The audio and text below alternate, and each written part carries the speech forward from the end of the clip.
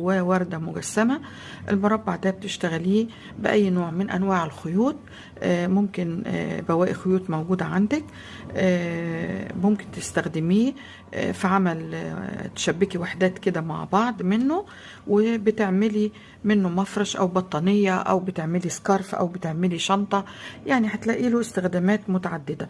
الوحدة دي أو المربع ده عبارة عن 5 أسطر، وإن شاء الله تكون سهلة وبسيطة. نبدأ مع بعض ونسمي بسم الله، ونشوف ايه هي الأدوات اللي هنستخدمها والخيوط اللي موجودة. أنا هنا هستخدم بواقي خيوط كانت موجودة عندي، زي كده مثلا خيوط موجودة كده.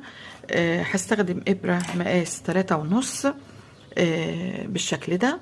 هبقى محتاجة مقص تنظيف، ومحتاجة إبرة تنظيف.